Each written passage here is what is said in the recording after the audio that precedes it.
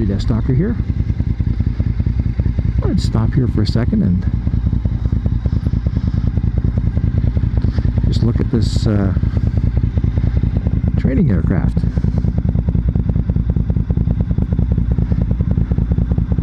Now I realize this is a jet, but you know, it's hard to believe that 101 years ago, this is the anniversary of the end of the Great War. You know, the war to end all wars. Wasn't too successful, because unfortunately the Great War led to the Second Great War, and then we had wars that were called police actions and wars on terror.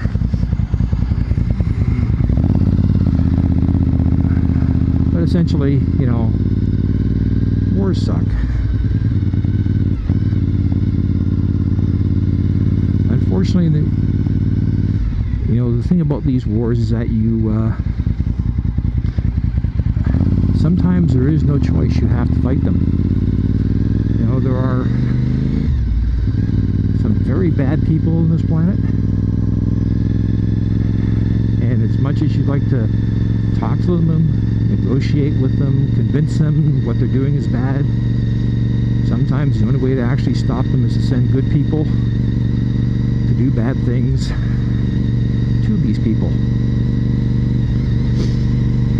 You know, it's not right. Like if you're someone who's like, I'm trying to think of the moral,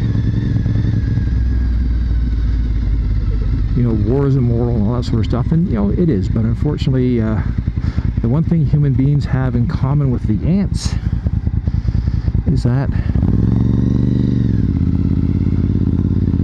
we both fight wars.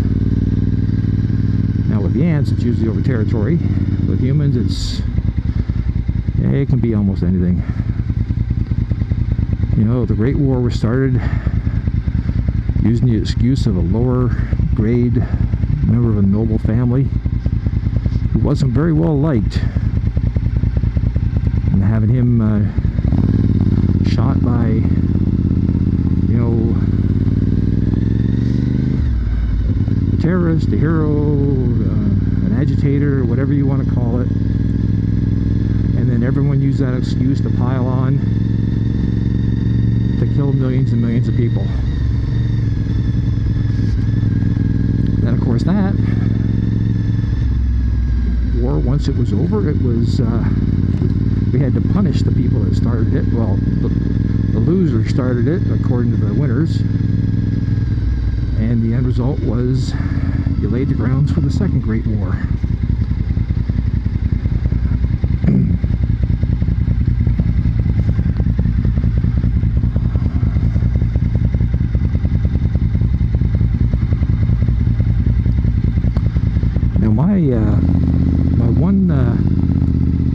My grandfather's brother, we just call him Unc, or we used to call him Unc. He actually fought in the Second World War. He landed at D-Day, fought his way through into Holland, and in a battle he ended up getting captured and spent the rest of the war at a POW camp. Now my other great uncle, who was an American, was actually in the U.S. Navy at the time, and he you know, had already joined the Navy and worked in aircraft as a mechanic, and then eventually went on to work on PT boats, and he managed to get wounded on a PT boat and spend almost 2 years in the hospital recovering. Once he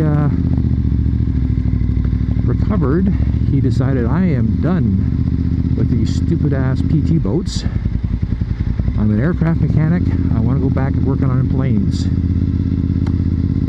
And he got himself back on planes. He was happy. And he had the honor of serving on one of the first aircraft carriers in the U.S. Navy to be hit by a kamikaze airplane. And he spent the rest of the war in the hospital.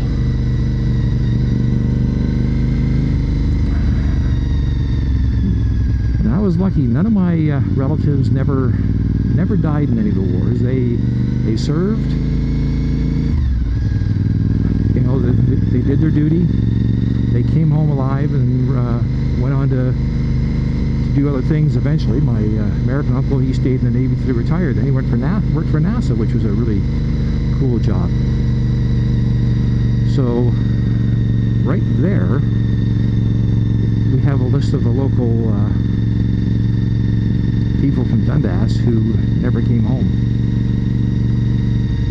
So our family never actually had to go see a name on a monument. You know, we actually got to talk to our uncles and whatnot. In fact, my great uncle who was at D-Day, he passed away about 2 years ago at the ripe old age of 96.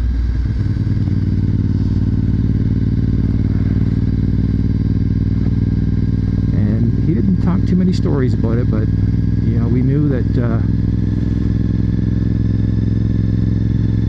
you know, the war sucked. So on this Remembrance Day, you know, if you were lucky enough that you had some relatives who served and survived and came home, don't forget the ones that, you know, 30 some odd million people that died in the Second War that didn't come home. And then all the other wars as well. Because obviously the war to end all wars didn't work. DeathsStalker signing off.